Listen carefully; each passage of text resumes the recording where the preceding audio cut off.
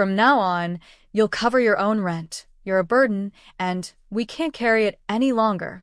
That was my mom, at the kitchen counter, pouring coffee like she hadn't just shattered the ground beneath my feet. My dad sat there reading his paper, nodding absently. My sister scrolled on her phone, pretending not to hear.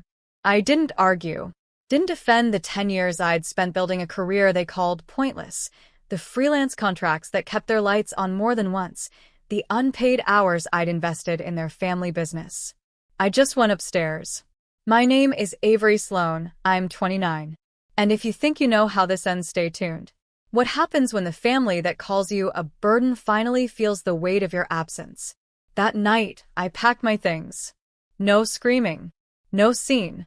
I folded my clothes, boxed up my books, unplugged the lamp they never noticed was mine. By dawn, my car was full. I left my keys on the counter with a note. "Thank you for everything. Good luck with the rent." I drove away before anyone woke up. No destination. Just out. The first 3 nights, I slept in a friend's spare room. Worked my laptop by a window overlooking the city.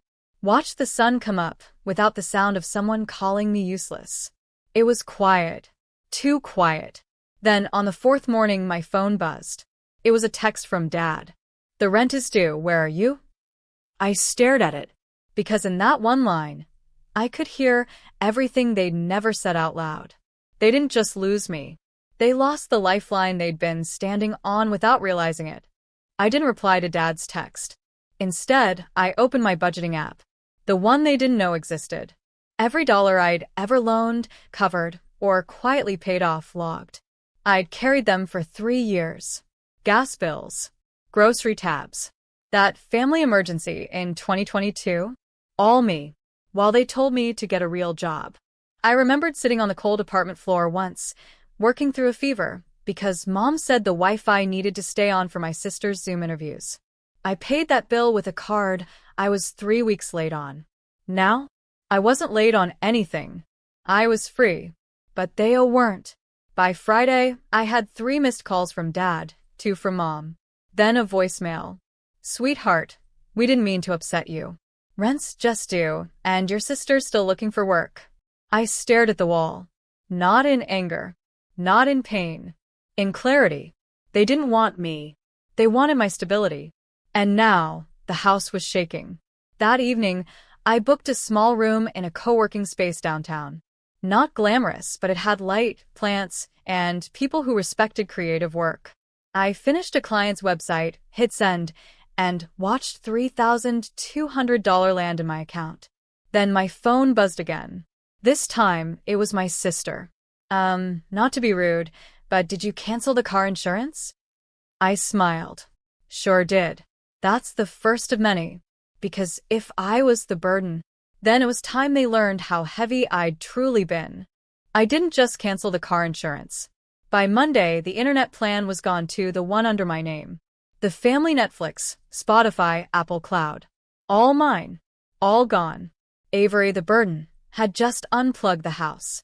And still no apology. Instead, another text from Mom. "We're struggling because of your reaction. This is your family." Ah. The classic guilt card. But I wasn't buying it anymore. They weren't struggling because I walked away. They were struggling because I'd been silently propping up everything, like drywall hiding rot.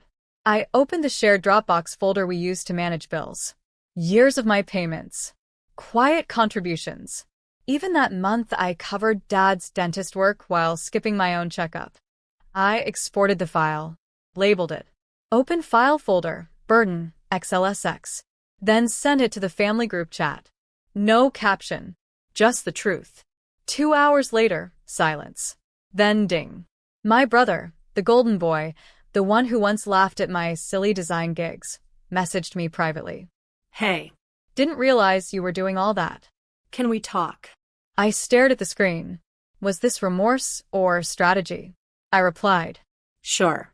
But I'm no longer accepting emotional payment as currency. If you want my time, you'll treat it like it costs something. Because for the first time, my work, my presence did have value. And if they wanted even a conversation, they'd have to pay for it. 3 days passed. Not a word from my parents. No apology. No explanation. Not even the decency of silence. Just passive-aggressive status updates from mom about her migraine getting worse, and dad's blood pressure acting up again. But I didn't flinch. I didn't call. I focused on me. My client list was growing. One of my designs, a branding package I'd nearly declined while covering their rent, had just landed in a national campaign. My name wasn't on the billboards, but it was in the invoice. Avery Dane Design, paid in full. The money I used to pour into family bills? Now it went toward me. Books. Therapy. Finally fixing the brakes on my old car. Finally buying real health insurance. Small things that felt like freedom. Then a knock. Not a call. Not a text. A knock. I peeked through the curtain. Dad. Alone.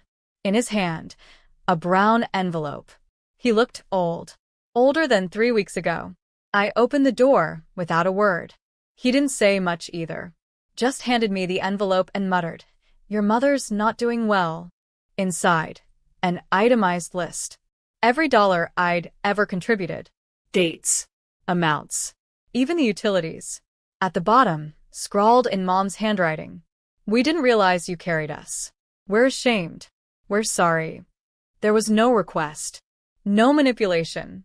But for the first time in my life, it sounded like truth. I stared at the letter in my hands long after Dad left. A ledger of guilt, written too late, but somehow not late enough to be ignored. But this wasn't about him, or even my mom. This was about Marla, my older sister, the golden one, the one who once told me my career was arts and crafts with a keyboard, who laughed when I bought secondhand dresses and mocked me for driving a 2005 Honda. The same Marla who now posted online about manifesting abundance from her waterfront condo, bought, of course, by my parents' savings.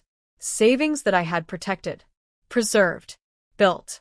And now, it was Marla's turn to face silence. I sent no messages, no angry calls. Just opened my laptop and clicked cancel on the monthly autopay tied to her insurance.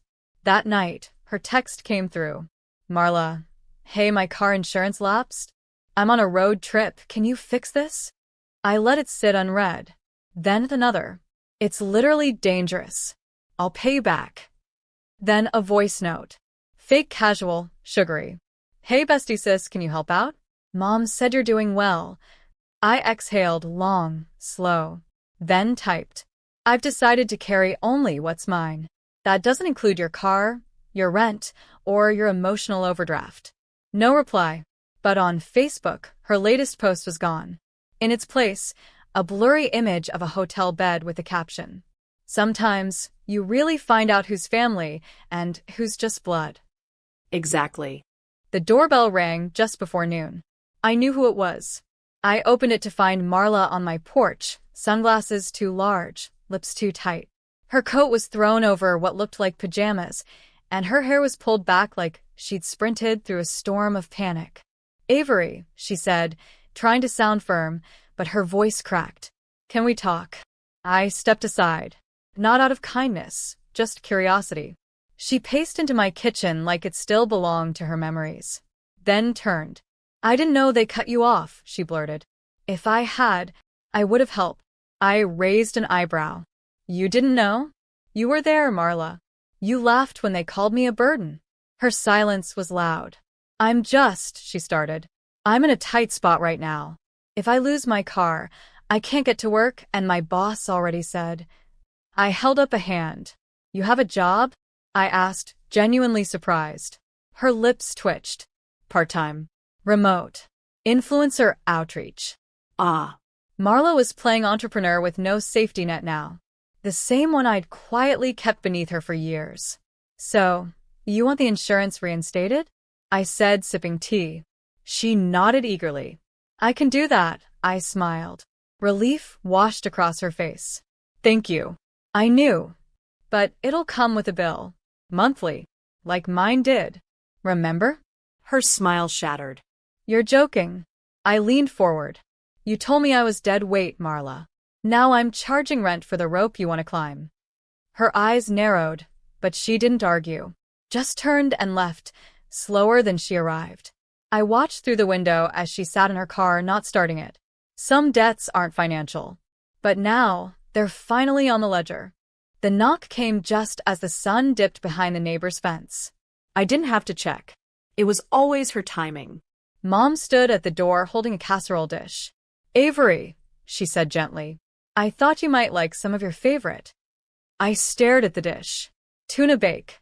Her signature guilt delivery system. I stepped aside wordlessly. She sat on my couch like it was an altar she hadn't visited in years. "You've been distant," she said, eyes scanning the photos on my shelves, the ones without her in them. "I've been paying rent," I replied, pouring tea, but not offering her any. She cleared her throat. I spoke to your father. We may have overreacted. You know how stress clouds things. We didn't mean it." I waited. "We miss you. It's not the same without your laughter in the house." There it was, the softening plea. Then came the real reason. "Your sister's in a tight spot. The bank's calling. And, since you already helped with her down payment, we thought maybe you could just—" I held up one finger. No. She blinked. I didn't finish. "You didn't have to." She looked hurt. I let her. "You raised me to believe family was everything," I said. "But when I needed you for respect, for belief, I was just a burden. Now you miss my laughter because the echo of yours has gone quiet." Silence. She stood, leaving the casserole on the table like a peace offering. "We're still your family." I walked her to the door. "Then act like it, not just when your favorites fail." As she stepped off the porch, I picked up the dish and placed it in the fridge. Not out of forgiveness. Out of hunger. Because I still take care of myself. A week later, the silence was louder than the years of noise. No texts. No urgent calls. No forwarded bills disguised as family updates. Just stillness. I stood at the window of my apartment, sunlight washing over the framed rejection letter from a gallery that once told me my art had no real-world value. I'd hung it like a trophy, because now that same gallery was requesting a solo show. It was poetic, really. The day my rent was due, the first I hadn't paid into the family account, I sat with my cup of tea, opened my laptop, and made one final transfer. But not to them. To me. A new savings account. One with no shared access. No guilt. Just growth. That night, a letter arrived. Not a text. Not an email. A handwritten letter from my father. "Avery, we misjudged you. We mocked the only daughter who never asked for anything and gave everything. We thought strength meant money. But you showed us it meant walking away." No apology. But it was close. I didn't cry. I just folded the letter and tucked it beside the rent receipt, my proof that I wasn't a burden. They were. I stepped outside, locked my door, and walked 2 blocks to a small community art class I had secretly started teaching. There were 12 students. 3 had brought parents. The youngest one, maybe 9, asked, "Did your family come too?" I smiled. No. But I did. And for once, that was enough. Back home, I pulled the casserole from the fridge, reheated it, and ate it slowly. Every bite a memory. Every bite a farewell. Because I no longer needed their approval. I had built something better. Myself.